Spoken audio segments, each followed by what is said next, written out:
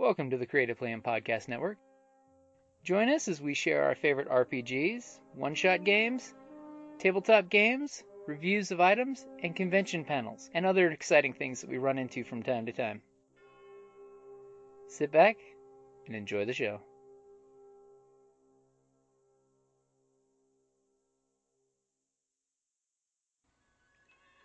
Hi, this is Kelly, aka Trixie from Ragnarok and Roll, a Scion to Ragnarok story, and Tilda Wimblewick from D&D Journey of the 5th Edition. First off, I would just like to say thank you to everyone for listening to our varied adventures, as well as for rating us on iTunes and rpgpodcast.com. If you haven't rated us yet, we would greatly appreciate it if you could. And if you're looking for more ways to support our efforts, we are now on Patreon, a great site where you can help us continue making more podcasts, as well as some special surprises for our patrons. If you can, please look us up at www.patreon.com/cppn. Every little bit helps. And again, thank you for listening. Hey guys, Jim here from Creative Playing Podcast Network, and I've got a special friend on the line here that would like to share a awesome game that we have played at RinCon. We have loved. We have actually, I think we've oozed on the blog or oozed on a couple episodes of how great this game is. I just want to introduce you guys to Ben Ravensdale from Ravensdale Publishing, who has a game called Villains and Henchmen. Hey Ben. Hey Jim. Hi everybody. How's it going? Hey, so tell us about Villains and Henchmen. All right, so Villains and Henchmen is a game where you get to play the bad guys. It's comic book themed. So you're kind of playing supervillains trying to break a fellow villain out of maximum security prison. And you are buying superpowers in a variety of different combinations and using them to beat up the heroes, guards, and obstacles that are trying to thwart you. Nobody likes to be thwarted. It's not very nice, but, we're villains. It's just what we have to put up with.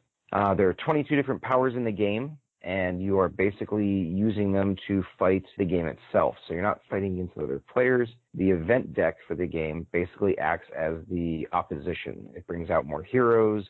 It triggers all the different obstacles, things like that. And you are trying to weather that storm long enough to defeat the prison, break the villain out, and make your escape. But at the end of the game, even though it's mostly cooperative, you are going to tally up your villain points, which you get by defeating the heroes and guards that you fight along the way. And whoever has the most villain points gets to claim that they were the mastermind, they're the big bad villain, and everybody else was just their henchman. So that's where the title comes from. Which it is a fun game, because when we got to play it, we had to like I said, struggle against some bad luck. We didn't win, but we still had a blast not winning. That's good to know. I agree, and I like to think that most people have that reaction. We played a few games over San Diego Cmic Con where the game kind of just crushed us. And, if we had made some different choices in the powers we selected, it would have probably been a little bit different. But that's the way the game works, imperfect information. But everybody had a blast, and several people came back multiple times to try again. So that's always a good sign. Oh, definitely. I mean, it is a great game. Usually takes, from when we played it, a little over an hour usually. And the nice thing is that I like is you can play it solo, so it's one person, or up to, 4 people. Yeah, the solo play is kind of a happy accident. I was originally designing it with Sarah to be a 2-player game, but then during some of the play testing, she wasn't available, and so I was kind of just doing it on my own, and I realized that there was no reason we couldn't tweak things a little to make it work as a 1-player game. So we just kind of figured, what the heck? Mm-hmm. I mean, that's a cool thing, that if you're killing time, you can whip the deck out and just play the game. I mean, it's a great way to set the game up. Absolutely. And of course, the cooperative aspect is really nice too. I mean, that way it's you guys against the good guys. Exactly. Villains don't always have to be at each other's throats, Mm-hmm. And I was going to ask, because the artwork, it does have gorgeous comic book style artwork that hits so many, archetypes that are just so perfect. Where do you guys, find your artists for the artwork? So our original art, the original wave of art that we had for the game came from some friends of mine from various avenues. They were all very talented. They did things like the space station setting and some of the heroes and some of the guards and some of the powers. And then our main artist, we actually came across when we were showing the game off at an Unpub event. And he played the game and he loved it. And he, I think later that night, he submitted a sample piece of art to me via email, because we had talked about him possibly doing some art for us. Mm-hmm. And it just blew us out of the water. And so we were like, you know what? Yeah, we're definitely gonna work with him. Samson's been part of the team for Ravensdale Publishing ever since then, and he's on Instagram at Sour Muse. It's sour_muse. So definitely check him out. He deserves a lot more followers than he has, and he's definitely made the game look fantastic. Yeah, I mean, I love the power mats, that you, when you're playing the game, that mat that you have for your character tells you everything that you need to know to play the game. Makes it super user-friendly. Yeah, that's something that we implemented early on after some, we had a really basic version. It just had spots for the different powers and like where you put your defense, your power surge, your villain points. And then someone was like, oh, you should just have the turn order on here since you've already got the component. And it's such great feedback and such a basic idea. I don't know why we didn't think of it from the very beginning, but it really does kind of help just organize things, keep it structured, keep things moving. So yeah, I mean, when we played it, it was Trevor and I, and here you had, me, who's a hardcore gamer, and my 12-year-old nephew, and we're both picking it up immediately. Like by round 2, we're like, okay, we got this. Everybody at the table, we're all just jamming out on the game. So it's super kudos for the playmat. Thank you. We've definitely found that it helps people to, like you said, kind of pick it up and just be able to follow the steps and go from there. So. Yeah, it makes it very smooth to play out. And of course, the beautiful thing is the villain you're playing, it could be different every time you play the game. We went for maximum customization. So, you kind of get randomized archetypes at the beginning, but you get to choose between 2, and then you buy powers in whatever combinations you want from there. So, like you said previously, it's kind of a little RPG in a box where you get to make a new villain character every time you play. Mm-hmm. And it's really cool powers too. Thank you. We tried to focus on the core classic comic book powers, and we tried to make them so that they provided different layers of complexity and strategy. So you can buy some powers that are very straightforward. They're really useful at punching heroes and guards, and that's helpful. And you could also buy some powers that let you get a little bit of deck control so that you can prevent obstacles from coming out, or you can kind of control the order that the events will play out in. And so it's, just stuff that lets you either play the game really, turn by turn, or much more kind of long term, looking at the next few turns that are coming up and figuring out how you want to approach things. So pretty much meshing nicely with whatever your play style is. Yeah. And there's over a dozen different events that you could pull as the actual meat and potatoes of the storyline. I think so. I think it's like 13 or 14 events total. Plus there are a couple of settings that come with special event cards that are really nasty. So yeah, there's all kinds of stuff that'll just ruin your day. Tons of replayability, which is awesome. We wanted to make sure that was a core element as well, because you don't want a game that you play it once, you play it the second time, and you're like, oh, that's pretty much exactly what happened the last time. And you play it a third time, and you're like, all right, well, we never need to play this again. So. Yeah, this is definitely a game that will not end up in the back of the closet. This will be one that's out on the game, cabinet, waiting to be picked up every couple of weeks at least, if not every couple of days of, hey, I'm just going to do a quick match and see what happens. That is the goal. That's the dream. So. And where exactly can folks find it right now? Well, it is currently in the Kickstarter phase, by the way. Yeah, so it's on our Kickstarter. It's on Kickstarter. So you can find our social media pages, Ravensdale Publishing on Facebook and on Instagram, and we're at Ravens Publish on Twitter. And so if you find any of our social media pages, you'll be able to find a link to the Kickstarter page. You can check it out. Maybe if you're interested in the game, if it sounds like something that's up your alley, back it, pick up a copy, and keep an eye out for us at different conventions. We'd love to have you come out and sit down and meet with us and play the game and tell us what you think. Oh, heck yeah. And then it's one of those games that when you sit down and play it once, you're going to be like, okay, I want to get this game. Where can I get this game? Yeah, we have a lot of that reaction of, so can I buy this game right now?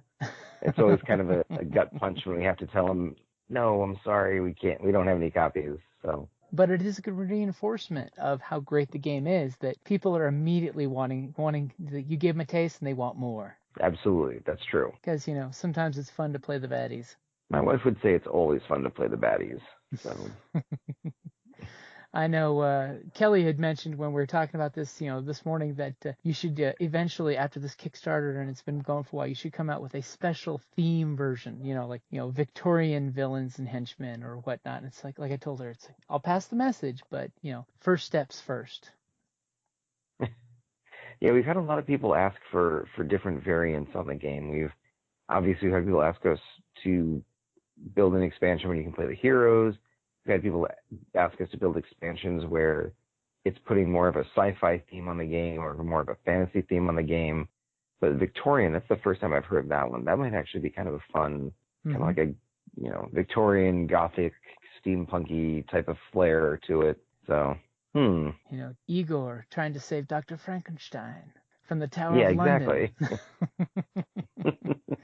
Make it more of a mini expansion so you don't have to work too hard for it. Right. And I think it's definitely doable. So have you done any of the RPG days for August, by the way?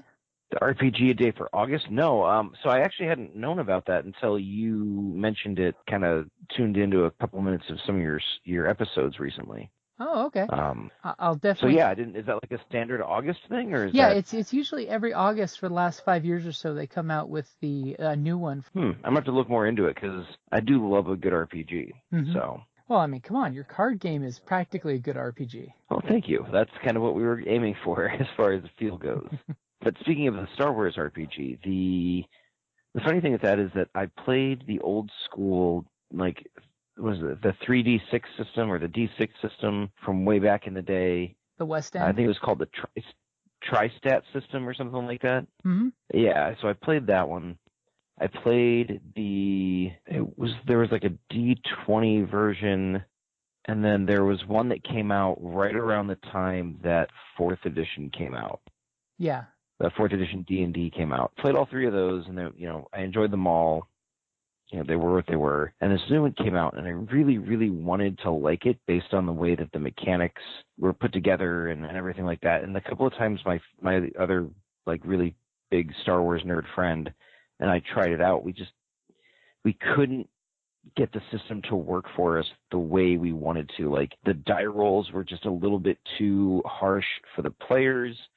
And so, like, it ended up with these fights that should have been fairly easy, just being very, very frustrating experiences for the players because the dice just were not working out for us. And we never quite figured out if we just didn't build the characters right or if we were missing something in the system, but we poured over it a few times and it just never stuck with us, which is really unfortunate. See, that sucks. I mean, I know how that one works. It could be, was it a bad night? Was it just, the bad dice? Or was it the system is uphill battle? Yeah. And I mean, we tried it a couple different times and kind of ran into the same problems both times. So it might just be one of those things every gamer has their own, like, the systems that just click for them.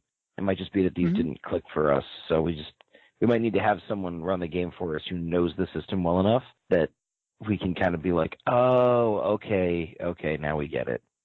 So I don't know, but I love the concept behind it. Yeah, the narrative dice I'm a huge fan of. We've got a new group starting up playing Terranoth. It's their IP that's basically fantasy setting for their tabletop warplaying game. Mm-hmm. So we're going to see how that one works because I do love the magic system in it. It's super freeform.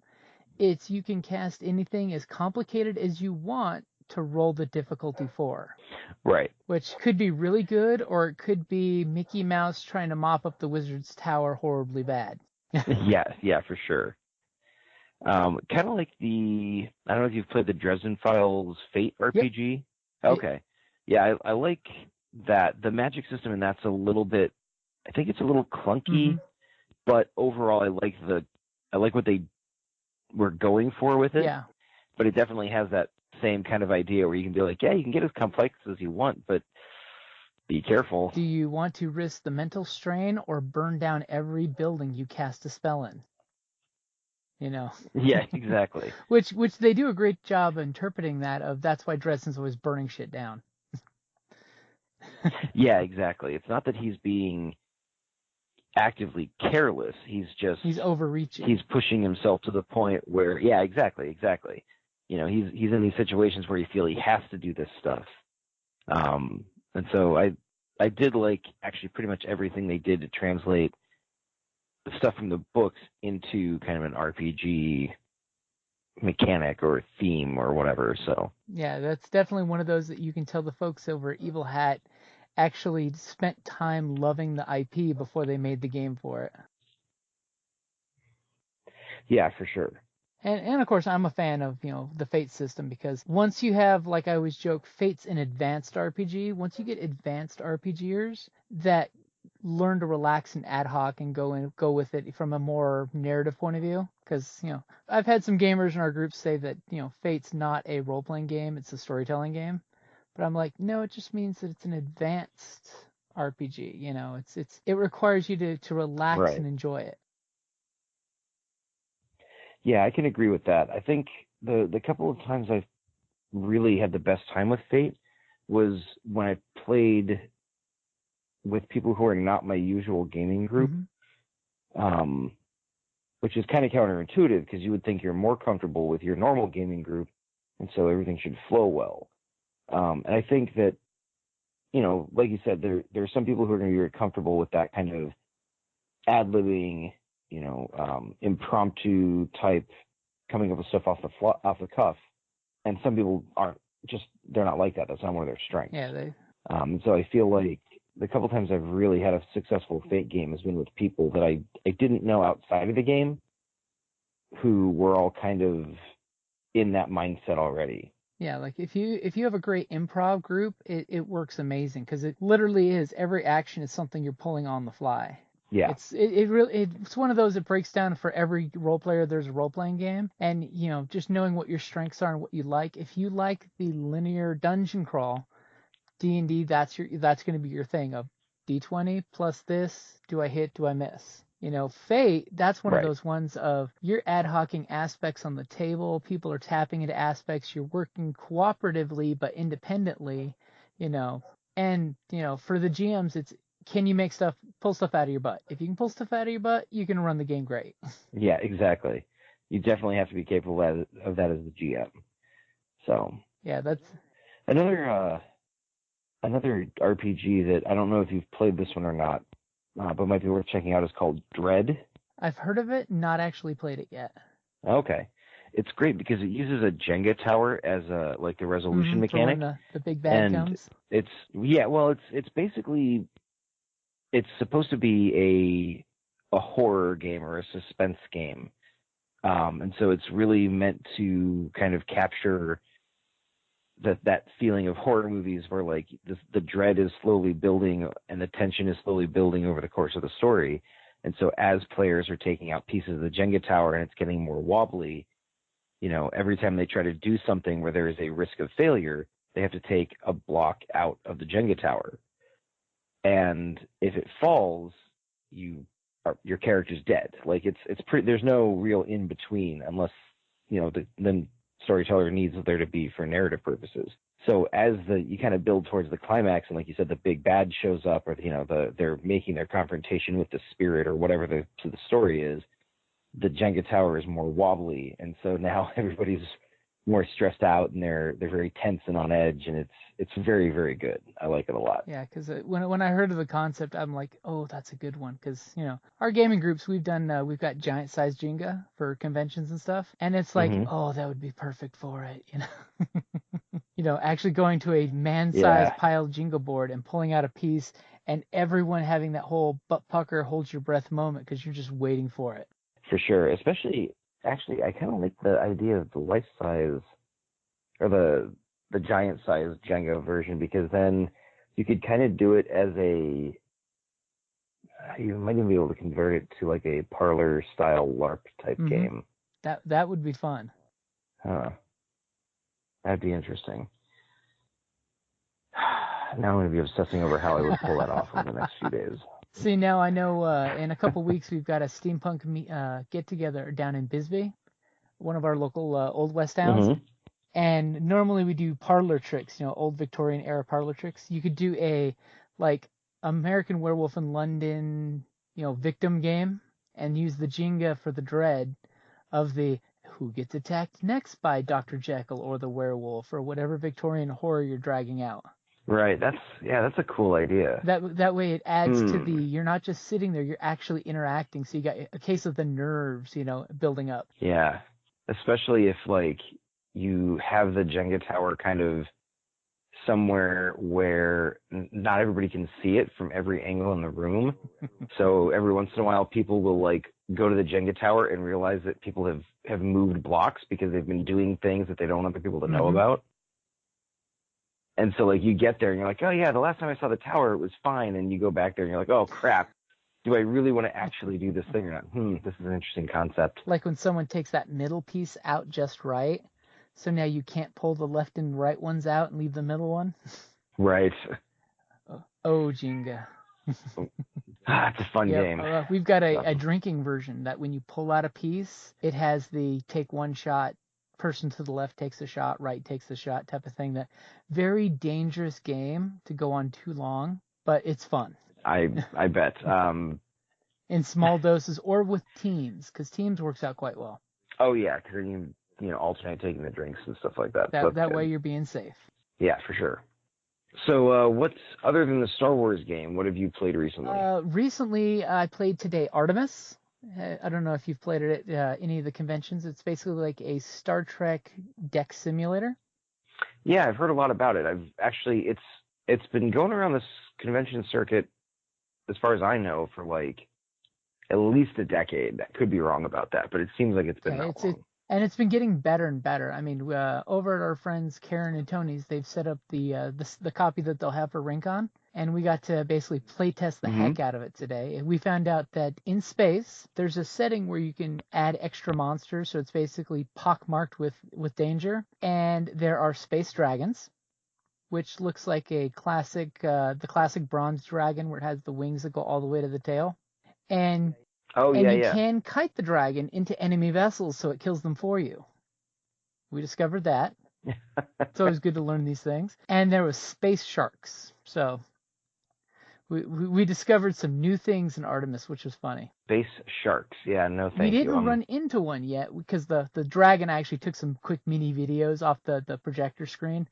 But the sharks we didn't actually decide to go see. We wanted to complete the mission before the mission timed out. And the cool expansion is if you get, you have extra people, so you have all of the bridge crew spots. You can actually have a fighter jet come out of your ship now and have it join in the battle with you. That's kind of cool. I like that idea. That way you got a little guy that's got torpedoes. So now you can launch fighters. and you got to be careful, though, because, of course, whoever plays your weapons, if you drop a nuke on the enemy, you usually take your own fighter out by accident. Just from the pure area effect, of the let your fighter know when to retreat because the damage is coming. Yeah, for sure. There's a similar game. Well, it's kind of a similar concept called Starship Valkyrie. Up here in Southern California, there's a guy that runs them. I forget his name. I want to say it's Chris. I could be wrong. But it's basically it's more of a LARP.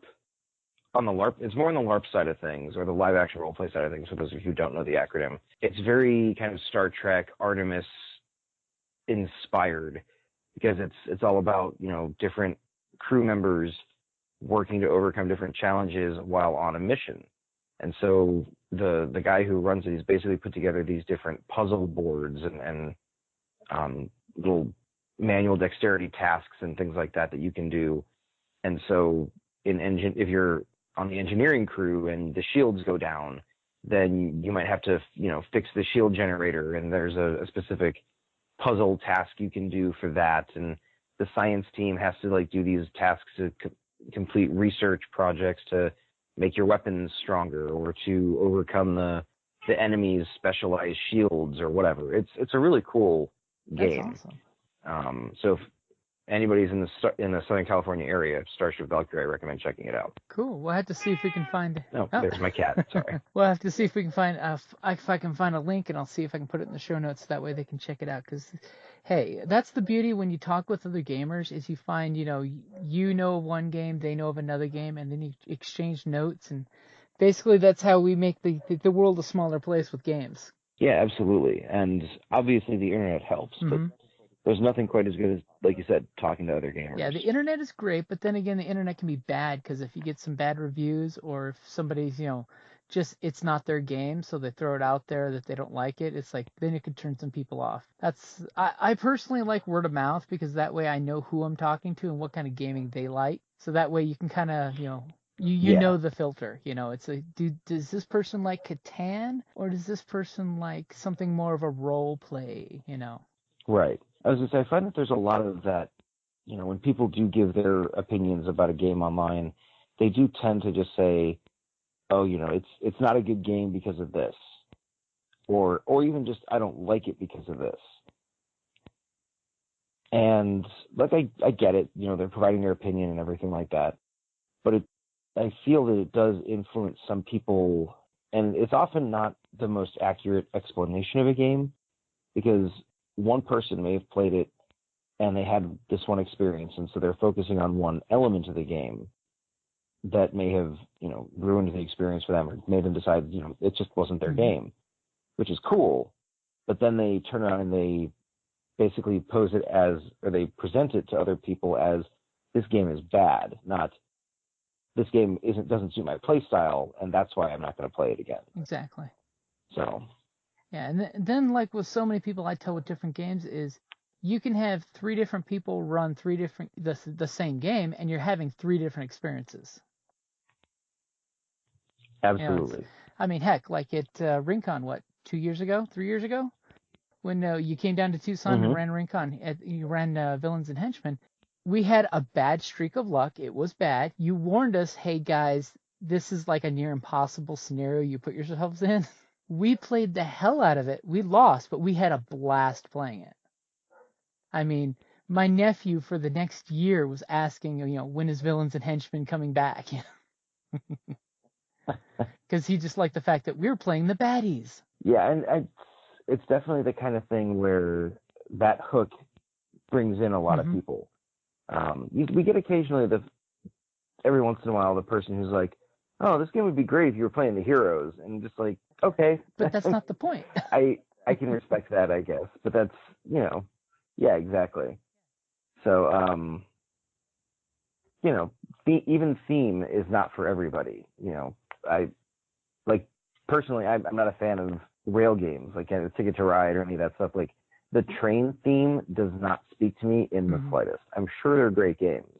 Yeah, I'm the same way. If a theme doesn't speak to you, that's, oh yeah, you're not a Ticket to Ride fan? Not a Ticket to Ride or Catan. Of course, then again, I used to play with Monopoly with my aunt when I was a kid years ago, and we'd have the 3-day games of the 2 of us just bashing it out and everyone else quitting because, we had to be the winner. Because I'm not a power gamer now. Right. Once I got into role-playing games, I got out of that mindset of I have to be the winner and realized that it's more of this shared experience than the I must be the alpha male. But usually... Yeah, I think that's a good mindset to have moved into. Because most of those games, it's too uncooperative, and it becomes more of a mine, at least in my opinion, depending on your gaming group, of course. Because, of course, with the right group, Settlers of Catan is great if you're playing the Vikings expansion where the group is forced mechanically to play together. So you actually are rewarding the group as a whole. If we don't cooperate, build a night, the Vikings will arrive, we lose. But it's interesting, you need a expansion to force you into making it a good game. Let's make it a game that you enjoy. Yeah. And I'm actually not a Settlers fan either. It's kind of it was the first big board game that I played outside of Monopoly, Risk, Life, all the kind of classics. And hated it. It was not for me because it was so, and maybe it's because of my experiences with Monopoly and Risk, where that was the board game experience where you had to crush the other players. And that's the mindset that the people who taught me Catan brought to the game. And so I was just like, I don't find these games fun. They end up being work. They end up being stressful. They end up making me annoyed with my friends. And that's just not the experience that I want. And so I stuck with my D&D stuff and started looking for other board games that, had a different flavor to them. Because, hey, I'm a huge fan, and I know my wife, Kelly, she's a massive, huge fan of cooperative games. She likes the games where we win or fail as a team, Yeah, and there's so many more of them out there now. Like Sentinels of the Multiverse, which I'm sure you heard of. Okay. And then Battle for Greyport is another good one. The people who did Slugfest Games, the people who did Red Dragon Inn. Yeah, so Red Dragon Inn was a game that my wife and I really got into when it first, started to get big. And, we played it, we really liked it. And then it started turning into one of those games where really the whole idea is that you're trying to destroy the other players. You're either trying to beat them up or get them drunk, or you're trying to take all their money. Rather than surviving a night of debauchery. Right, exactly. Can we pay our tab by the end of the night? And then when Battle for Greyport came out, and it was kind of using the same characters and whatnot, but it was a cooperative deck builder where you're actually, trying to defend the city of Greyport against the monsters, and it's purely cooperative, and there's a lot of player interaction, and there's a lot of, playing cards from your hand on the other player's turn. We really like that one. So it quickly became one of our favorite co-ops. Yeah, one of our favorite ones is a Unknown. If you had the chance, it's a post-apocalyptic. You're basically doing the whole, we're coming out of our bunker, and the players have to keep these survivors alive in the bunker. So you have to work together to go find food, and somebody brings it back to the community. So you have this really great Fallout feel that you're trying to save everybody in the bunker, and everyone has a specialty that they're good at, which is great because it leads to, I'm going to share my resource with you because you are the hunter, so you get extra meat from kills. So rather than me, the runner, who's really good at running through the complex, I don't want the bullets. I'll give you the bullets, and I'll grab the food you save and give it back to the people. Right. And you said the game is called Unknown? Unknown, yeah. It's a really great game, and the cool thing with the game is it's for players, it's sort of like with Villains and Henchmen. You can solo play the game, which is a great feature. And the deck gives you rules and how you stack the random encounters while you're doing it. Because what you do is you go out to a tile, you explore the tile. If it's an encounter, you get knocked back, and then the fight starts. And pretty much you don't actually die if you get taken out. You get dropped down to the ground, and you can be rescued. If you choose to do one of the missions where you can die, all of your gear, drops where you die. But the problem is everyone has to have a player, or you lose the game. So there's one of those ones of you don't want to leave someone stranded to die. Right. Because, it's, and then there's horrible things like the concept is you're basically doing a, apocalyptic cave system that slowly is branching out and building. And when you play it like dominoes, basically, and you're picking the path that you guys are making. You can decide, I want to turn here. And you have to be careful for certain things, like if you find a tile that has fire. Well, on fire's turn, fire grows one square. So it motivates you to quickly work together as a team to get anyone can do it, but get salvage together to make a barricade to stop the fire. And then, of course, you're going to want to take a left fork instead of going to the hallway is fire death.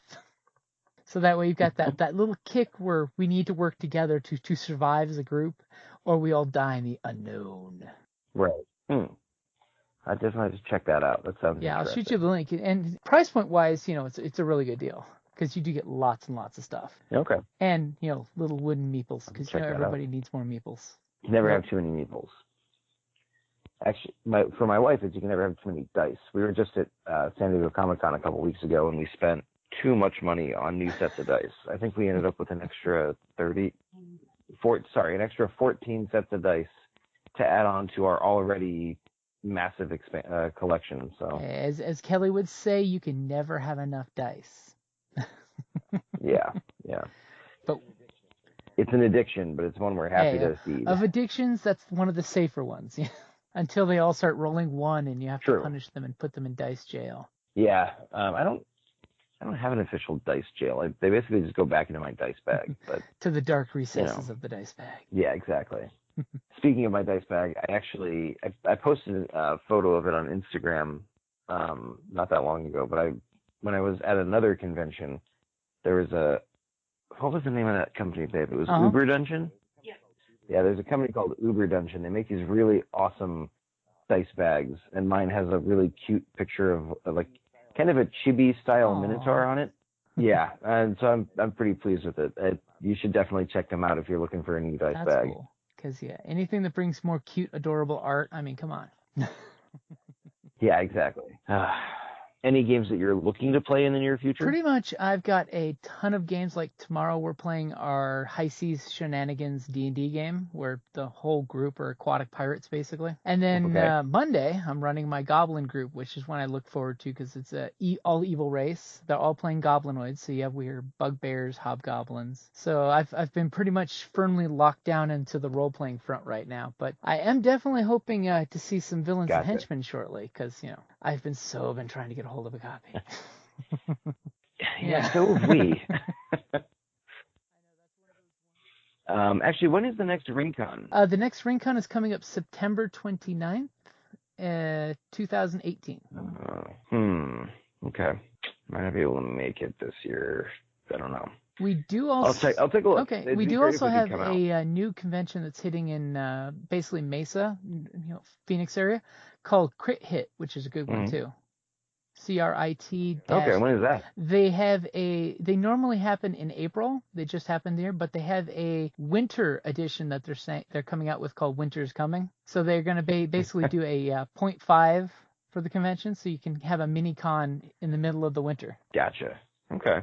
And of course, depending on the date on that one, we might be able to hit that one up. Yeah. I bet you guys had a blast at San Diego Comic-Con. We did. Yeah, we always enjoy that convention. It's always stressful leading up to it, and then we have a great time there, and then we're exhausted for like a week and a half left afterwards. You have to have that whole recuperation. Yeah, for sure. But yeah, we launched the Kickstarter there. We had some cosplayers who were they just knocked it out of the park. They were fantastic. We had a guy do the Brute, who's the guy with the big shoulder pads and the big hammer, one of the archetypes. And he looked great. They all just did a great job. But yeah, San Diego Comic-Con is always great. It's just so tiring, so stressful. It's the whole fighting to get there, then it's amazing, then fighting to get out of there. Yeah. We managed to get pretty lucky with that for the most part because we're in the game room, not on the exhibit floor. We don't have to come into a set schedule. We go pick up our badges at one of the few lines, or one of the few registration booths that never has a line. And then from there, we just walk right into the game room, drop our stuff off. They usually let us store it overnight. Nice. And we just come back the next morning and set it up, and we don't have to cart stuff in and out every day. It's pretty awesome. That makes life so much better. It's such a stress reliever. Wait, have you been up to San Diego Comic-Con? We have not actually made it. A lot of our friends go every year. It's still on the Mecca list, Dragon Con, San Diego Comic-Con. It's one of those of we will make it eventually, but we've just had bad timing with work and all during that exact time of the year. Gotcha. Plus, getting the tickets and whatnot can be a pain. Oh, yeah. Lurking on the internet at the wee hours of the night and trying to click that button. Yeah, as long as you can find, other accommodations, that makes it a lot more cost-effective because those hotel expenses, their costs are they're just so crazy. Oh, yeah. We're going to be out for Gaslight Expo in October. And, yeah, the hotel prices with the visitor tax and the things gets a little up there. Yeah, just a little. And of course, when we go out of town for cons, we always like to do the whole show up a day early and leave a day late, so that way you don't have to rush. Yeah. Sarah and I are the same way. We used to do that every year for Gen Con. When we were going regularly, we would, like you said, fly in a day early, have a day to kind of relax, grab our badges, kind of get ourselves settled into the hotel, and then a day late so that we could just sleep in, have a nice leisurely breakfast, let everybody else rush to get to the airports. So it makes life so much easier. Yeah. The only problem is it's more expensive that way because it's the extra couple of nights. The extra 2 nights will cost you, but it's one of those of as long as we know it's coming, it's a good thing to plan for. And hey, if you have friends that are on the convention staff, you can hang out with them because they're usually there the extra night too. That's true, yeah. And they don't usually have a whole heck of a lot of time to hang out during the convention, so it's a great opportunity. Actually, I think I was going to say, I think the last time that Sarah and I were at Gen Con, we ended up spending a bunch of extra money kind of at the last minute because obviously you buy so much stuff there. And I literally ended up flying home with a suit of plate mail, which obviously added a little bit to our checked baggage costs. But the plate mail itself was a really good deal, so it ended up being totally worth it, but it was more than we had planned to spend. And I'm betting that's probably the armor that's on someone's Facebook right now. Actually, no, that's not it. The plate mail that we got back then, I still have it. It's a lot more beaten up and it looks a little different now, but the stuff in my Facebook profile is actually stuff that I got through, I forget the name of the store. It's a store that deals with props from movies, and basically it'll be all kinds of different costuming and prop stuff. And so once the movie studio decides, hey, we're not going to use this anymore, they sell it off to whoever they sell it off to, and it ends up at the store. And so some friends of mine who are in the kind of acting theater community up in LA and Hollywood, who are friends of mine through my live action role playing games, were like, hey, there's this awesome armor available in this prop store. If anybody wants to pick it up, let me know. And I jumped on that because it's amazing armor. It's actually it's all resin, and it's a replica it's props from the movie Snow White and the Huntsman with Chris Hemsworth and Charlize Theron. And being resin, that's a lot nicer on the weight. Yeah, it's much, much lighter, but it still looks fantastic. See, that's a cool find right there. Yeah, and I think they sold it the full set. I think I got for $150. Oh wow, that's actually in the affordable range. Yeah, it was definitely a steal because it came with the helmet, the breastplate, the bracers, the legs. So yeah, it was totally worth it. That's awesome. Pays to know people. Hey, in much of the gaming community, that's exactly true, because it's like hey, you want to talk to so and so? Hey, come on, let's talk to so and so, and then you make a friendship for life. Yeah. That is the one amazing thing that when we first started doing gaming conventions, my wife, she wasn't a big one for public gaming, which she quickly turned around on because she made all these amazing friends, and then she gets excited to see her once a year friends that you only get to see at the convention. Yeah, I totally know that feeling. One of those special things where it's like, hey, we get to finally hang out. It's only going to be for a couple hours, so it's super special that we get to hang out and game together. Yep. We had a pretty close-knit group of friends when we were going to Gen Con regularly. And there were people we'd always meet up with for dinner the first night, and usually once more right at the end of the convention. And it's been long enough now that we've kind of fallen out of contact, but still look back on it with fond memories for sure. It's always nice having that survivor's night at the end of we made it. Sad that it's over, but so glad that we made it. Yeah, for sure. Yeah, that's usually something we do here in town, because we've got RinCon, TusCon, which is a local science fiction and horror writer convention, then Tucson Cmic Con, then we head out to Gaslight Expo in California, then we come back to Tucson for one more event. That's the Dickens Tea Party for our steampunk group, and after that we're pretty much done. Oh, okay. It's like, guys, we're not doing anything for the next 3 days. Yeah, I can understand that. That's a busy schedule. Oh yeah, but it's worth it. It's all fun times. It's always nice to kind of get that downtime though. You kind of return to normal life. You get your house cleaned up because it's been a whirlwind disaster zone. You coming in, doing one event, then leaving, going to another event, but yeah. Have all the totes set up a month before. Everything's good in moderation. Including moderation. Yeah. But yeah, we'll see about getting, you said Tucson Cmic Con. When is Tucson that? Cmic Con is, I can get you the exact dates, but it is in October this year. And then we have TusCon, literally they're back to back to back to back. I can shoot you the dates if you need them though. But Tucson Cmic Con's a good one because they have a huge gaming expo now. They actually have 2 big conference rooms reserved for tabletop gaming and role-playing gaming. Okay. I'm about to check that one out. That one in October might actually be good. Yeah, it touches both PowerPoints for villains and henchmen, comic books, and gaming. Yeah, it's perfect. We hit up a lot of comic book conventions here in Southern California for that. Actually, I think it's the vast majority of the conventions we're at are comic book conventions. There's fewer gaming conventions overall over the course of the year, so. But we want to start branching out outside of Southern California a little bit, showing the game off in neighboring states and some of the other slightly bigger conventions across the country. We just have to figure out the best bang for your buck, because it is time and money. Efficient way of doing that. Yeah, exactly. Much as we'd love to hit every convention, I understand that one completely. We all have 9-to-5 jobs, and we only have so much vacation time. All right, well, definitely thank you for coming on the show, man, and we're going to get this out. I do have to ask one question, because it is August, which is time for #RPGAday 2018. Are you up for that? Absolutely, go for it. Okay, so for August the 5th, we have what is your favorite reoccurring NPC in an RPG? It's a good question. That is a good question. I'm going to have to think about that one for just a second. The problem is I'm drawing on, 25 years of RPG history where I'm trying to think of a... And it's midnight. And it's midnight, yeah.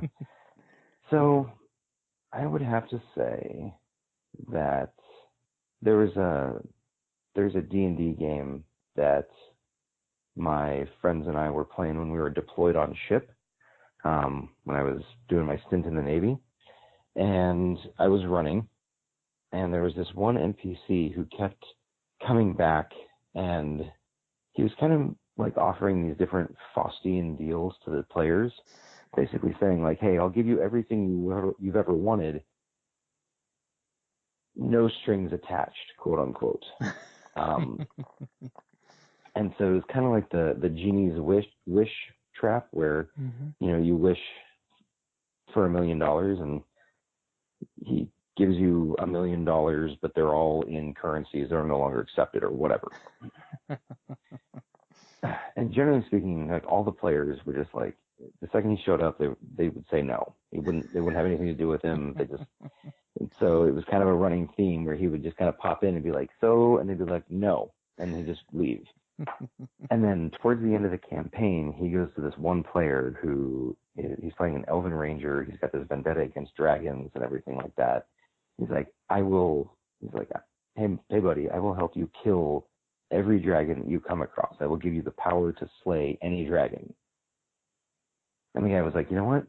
Yes, let's do it. And so the NPC was like snaps his fingers, and he turned the guy into a dragon slaying oath bow. Mm-hmm. So he became an intelligent artifact that was explicitly designed to destroy dragons, and like that was the end of his character because nobody else knew where he was and knew what had happened. And so it kind of just got written into like this recurring legend of like, and a lot of the other games I've run since then about this, there's this bow that as long as you agree to help it kill dragons, like it's just the best bow in the world. So watch what you wish for. Exactly. You never take offers from a guy who just appears out of a puff of smoke. I could just see that now. They're all in a quicksand pit up to their necks. He shows up and they're in unison. No. Yeah. Okay. It's like, all right, fine. You guys are no fun. Combination of the guy who ran Needful Things and Q from Star Trek. Yeah, sort of. But with that nice demeanor. Yeah, he was very pleasant about it. Speaking of like Faustian deals and stuff like that, there's a show on Hulu called The Booth at the End. Mm-hmm. It's only got like 2 seasons, and it came out years ago. But I highly recommend you watch it. I'm not going to say anything else other than that. The Booth at the End on Hulu. Definitely check it out. All right, you got it.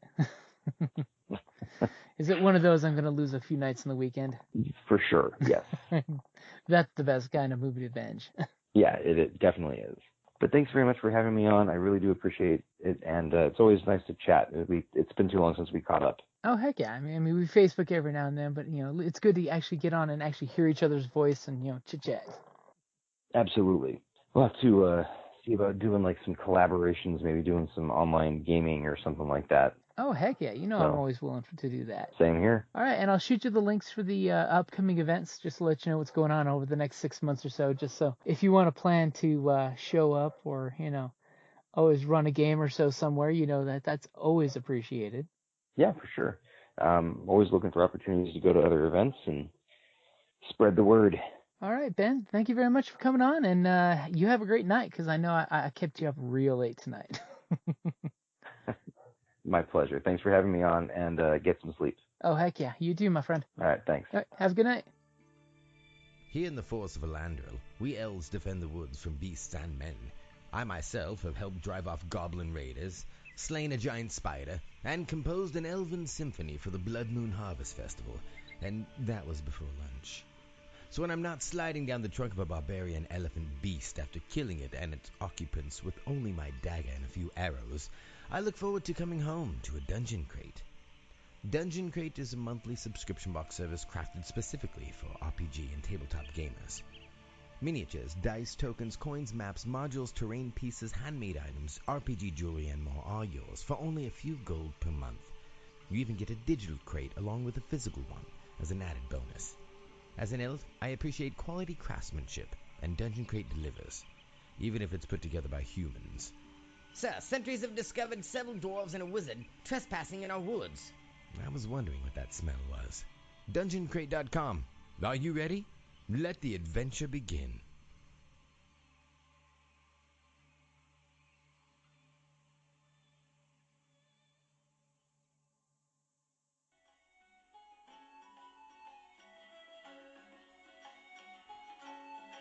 Thank you for listening to the Creative Play and Podcast Network. And feel free to enjoy our other shows, such as D&D Journey of the 5th Edition and Scion Ragnarok and Roll, a Scion hero to Ragnarok story. Thank you for listening.